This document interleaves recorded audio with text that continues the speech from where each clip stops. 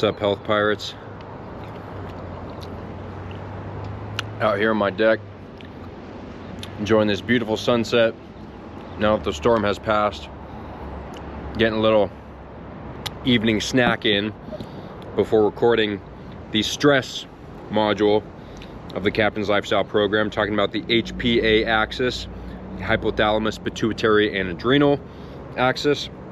And I decided that I'm actually going to include a part of this module for this video. So I've been thinking of ways to spice up the videos so they take me less time and provide you more value. So I'm giving you guys part of the stress module. So to prepare for that, I'm having this little orange snack. I'm also doing a shot of ketones to keep my mind sharp. It's good stuff. And some coffee. Just kidding. This isn't coffee. Looks like coffee, but we don't drink coffee this late. And especially because this week we're doing no caffeine as part of the brain health module of the program. This is Shilajit. Shilajit is a resin that is excreted from the Himalayan mountains. This particular one is from the Altai mountain ranges, super high quality, loaded with vitamins, minerals, humic and fulvic acid. Really good for boosting overall vitality and wellness, providing clarity, energy. Cheers.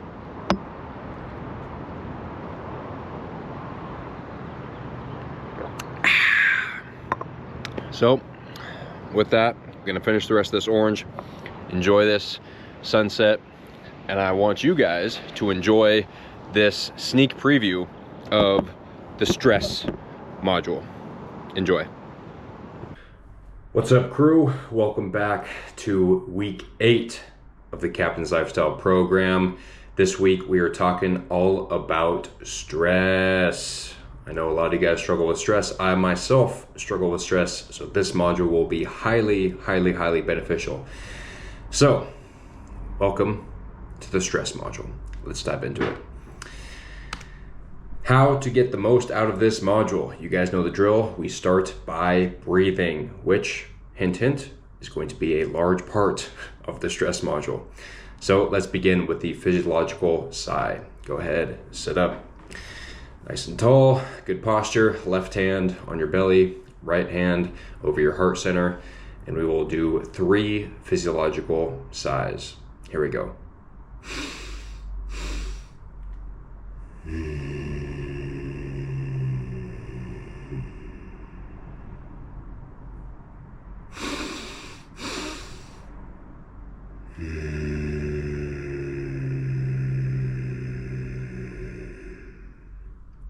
And on this last one, let all the stress go.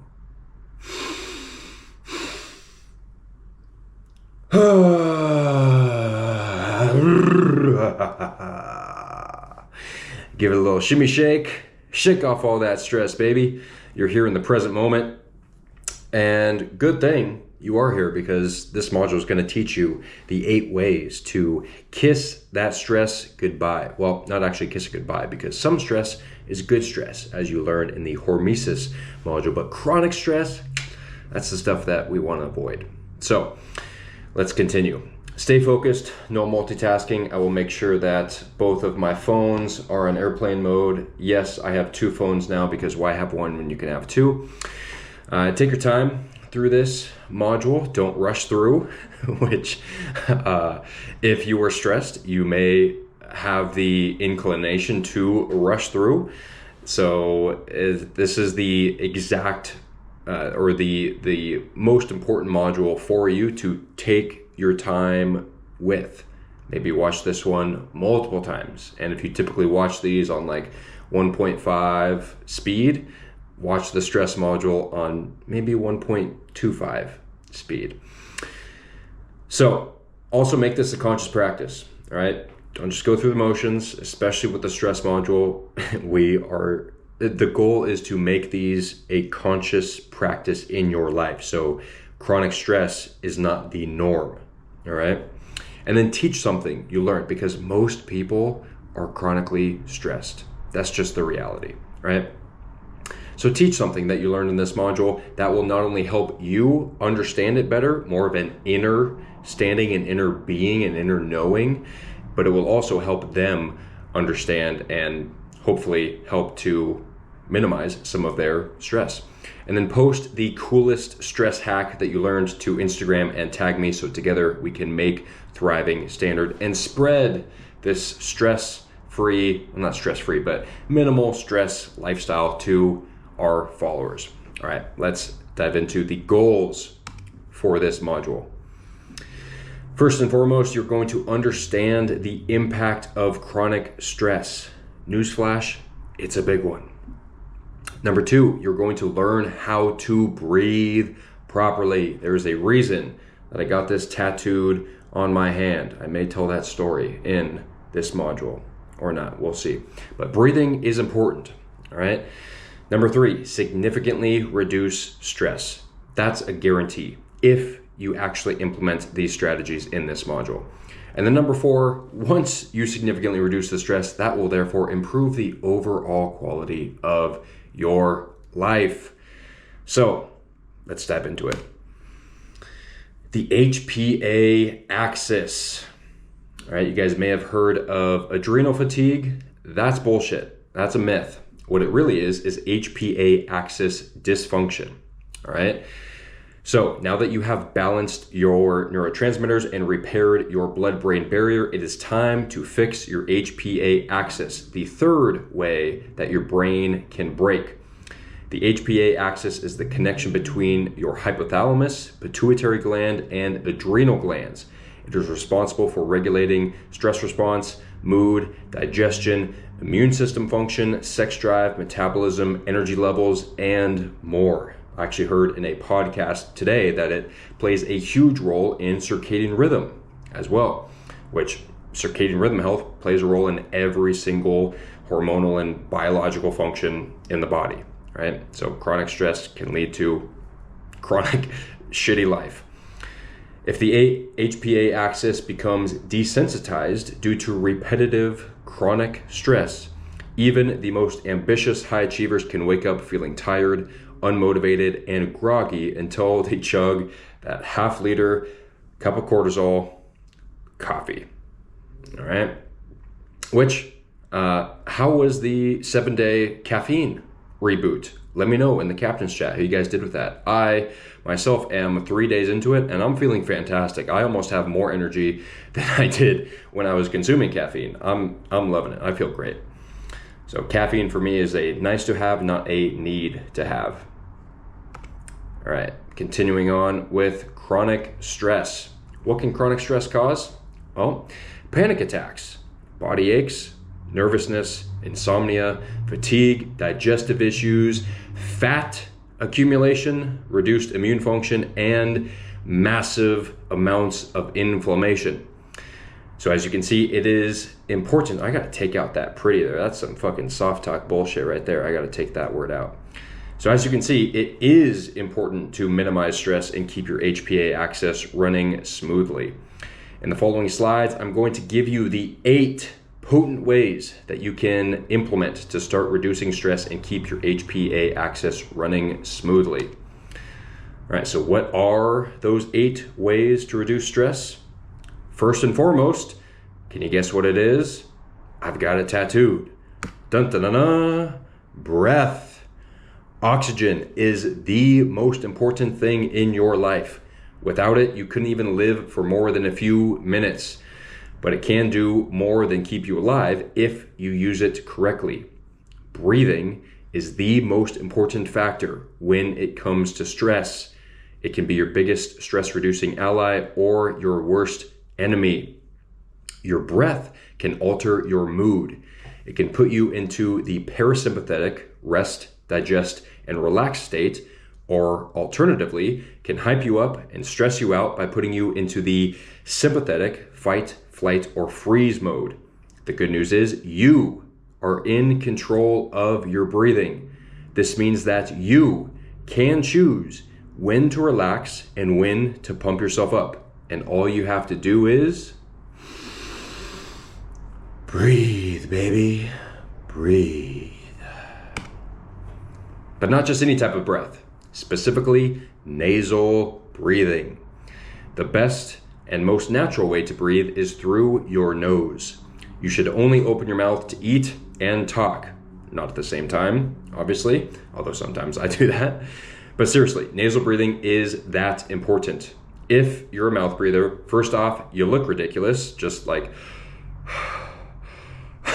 In fact, when I was in Marine Corps boot camp, I remember this guy Perez, this short little, like, I don't know, I would say like 5'5" Mexican dude, thick glasses, so his eyeballs looked huge. His name was Perez, and he would always mouth breathe. And the drill instructors, like, they would see him with his mouth open. I don't think they knew like the physiological effects of nasal breathing. They just know that you look retarded when you're mouth breathing. So they were always like, Perez, close your fucking mouth. And it was the funniest thing. Man, I got some funny boot camp stories.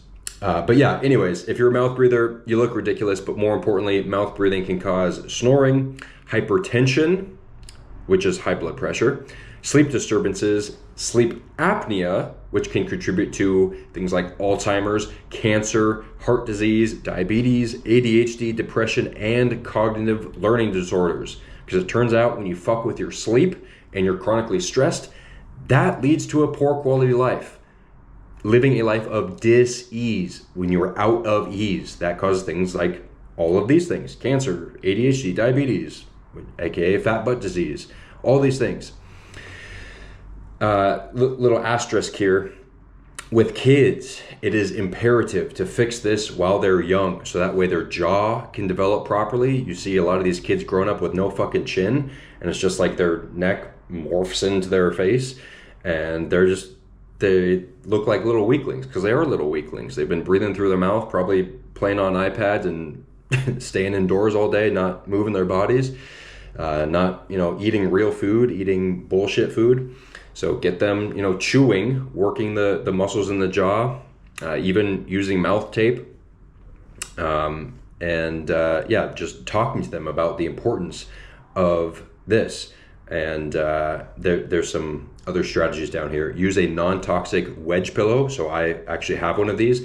This helps not only with like if you struggle with snoring or mouth breathing, but also like acid reflux or heartburn, because it elevates you, and so your torso is like at a 30-degree angle. So I enjoy sleeping on the wedge pillow.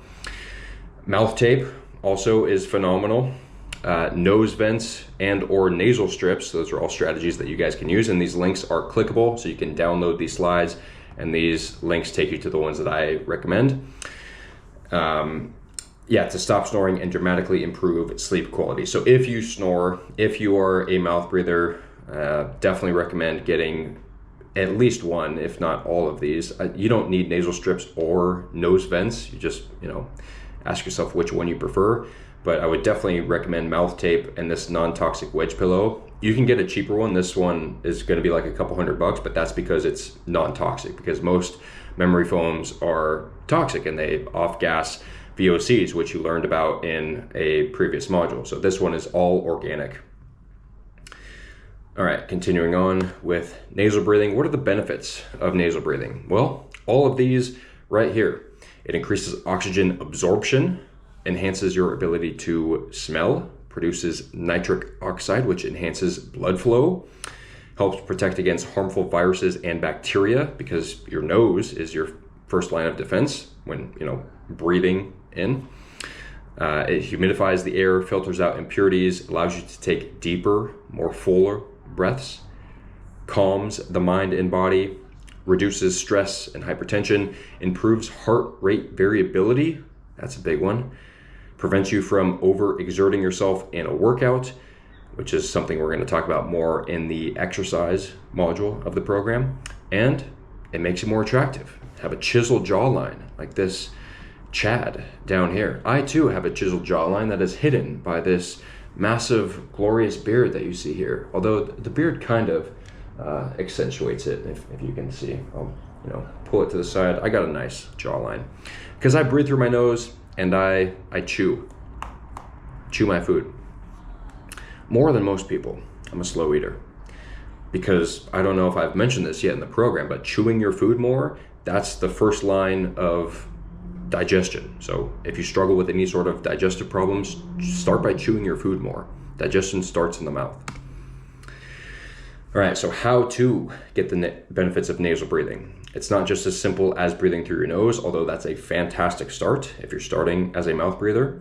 If your shoulders rise and your chest expands as you breathe, you're activating your sympathetic nervous system, which is your fight or flight mode, and stimulating the release of cortisol and stressing yourself out. So instead, breathe into your belly, aka lower diaphragm, which is what we've been practicing with the physiological sigh, and try to expand your stomach as much as possible on the inhale. Some things that you can do to help this are standing in front of a mirror to make sure that your shoulders don't rise, placing your hand on your stomach to feel the belly expand, like pressing into your hand. Alternatively, you can even tie a string around your waist, so this way you can feel throughout the day as you are training yourself to belly breathe. You get that physical feedback in the form of a tighter string. All right, nasal breathing techniques, the physiological sigh. This is what we have been doing, and this is the quickest way to relieve a stressful situation and start to calm the nervous system. Super quick, super effective, as you guys have seen in the previous modules. We begin every single module with this. It's a double inhale through the nose and a slow exhale. Let's do one right now.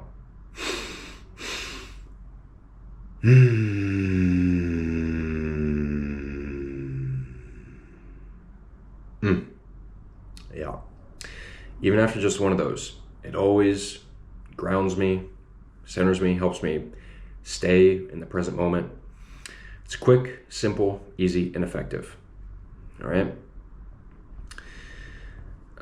Bonus points if you sigh on the exhale or hum, because as we covered in the last module, that stimulates the vagus nerve.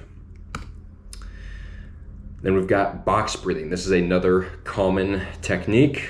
It's used by the Navy SEALs, who are experts in operating calmly in high stress scenarios. All right, so it is a 4-count inhale, a 4-count hold, 4-count exhale, and a 4-count hold. And you can visualize, you breathing like 1, 2, 3, 4, 1, 2, 3, 4 as a box, So this is highly effective. Then we've got 4-7-8 breathing, which is similar. So you're going to inhale for 4 seconds, hold for 7 seconds, and then exhale through your mouth or nose. Doesn't really matter. You can play around with it for 8 seconds. You can also play around with the duration. So it doesn't have to be 4-7-8. So if you're somebody who is chronically stressed and that 7-second hold feels like it's too much and you're starting to get anxious, make that a 6-second hold, 5-second hold. But the more that you can prolong the exhale, the more down regulatory that breath is going to be. All right. So both the 4-7-8 and box breathing techniques are fantastic ways to practice meditating or while in stressful situations. This background picture here is from a breathwork session at one of the immersions. And then we've got alternate nostril breathing. Another potent stress relieving breathing technique is alternate nostril breathing. Begin by covering one of your nostrils. We'll start with the left nostril with a finger and breathe into your right nostril. Uncover the left nostril, cover the right nostril, and exhale through your left nostril. Breathe into your left nostril, uncover the right, cover the left, and repeat. It feels good. It's been a while since I've done this one, but I like this.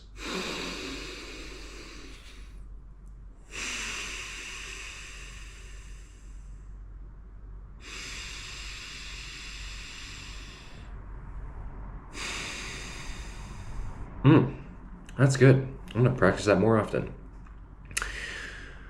Or you can breathe through only one nostril, because each nostril is linked to different hemispheres of the brain. So your right nostril is linked to the left brain, which is the more analytical part of the brain. And doing so can heat up the body, increase heart rate, and improve circulation. So you would use this strategy for 2 minutes before a logical task. All right. For left nostril breathing, this is linked to the right brain, which is the more creative side of the brain. This cools the body down, lowers your heart rate, and is more parasympathetic. So breathing through your left nostril is great before bed or innovative tasks or creative tasks. So try that one out. Nice little hack for you guys there. Then we've got the cooling breath. So this technique is helpful when you are trying to cool off in a stressful situation, aka like when you're stuck in traffic on a hot day. So for this, you can close your eyes if you are not driving. You can curl your tongue like a burrito and then breathe into your mouth through your tongue. And then you'll feel the cool air on the back of your throat, hence the cooling breath. All right. So yeah, this one's nice on a hot day. And here we got a picture of Captain Jay Giannotti doing a version of the cooling breath because he's breathing through that bamboo straw underneath the ice bath. So double cooling. He's got the cooling feeling in the back of his throat and cooling on his entire body in that ice. And then last but not least, we've got basic Wim Hof breathing, which is a similar style to what Captain Nate Dogg teaches, as you've experienced in the breath work that he recorded for us, as well as at the Immersion. He hosts in-person breathwork sessions, which are phenomenal, right? So Wim Hof breathing can both relieve stress or hype you up, depending on how you use it. This technique could be particularly useful if you need that little extra push to get into a cold shower or ice bath. You shouldn't need this to get into a cold shower, but like an ice bath makes sense. It can increase red blood cells and improve circulation. To perform it, inhale and exhale quickly and deeply in through your nose or mouth into your belly and out through your mouth for 30 to 50 breaths. So that would look something like this.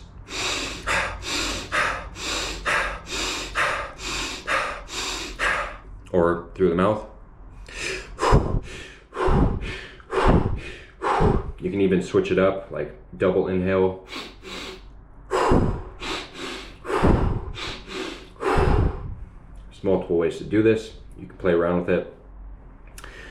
And exhale should be relaxed, meaning not to force out every single last bit of air. You should be breathing in more than you are breathing out. And on the last breath, you want to exhale all of your air and hold your breath for as long as you can. Once you get that feeling of air hunger, you can take a deep breath in and hold that for as long as you can and repeat for 2 to 3 plus rounds. All right, again, this is something that you can play around with, but for example, it would look like this on the 30th breath. I like to sip in all the air and hold, and I like to give a little squeeze and then exhale.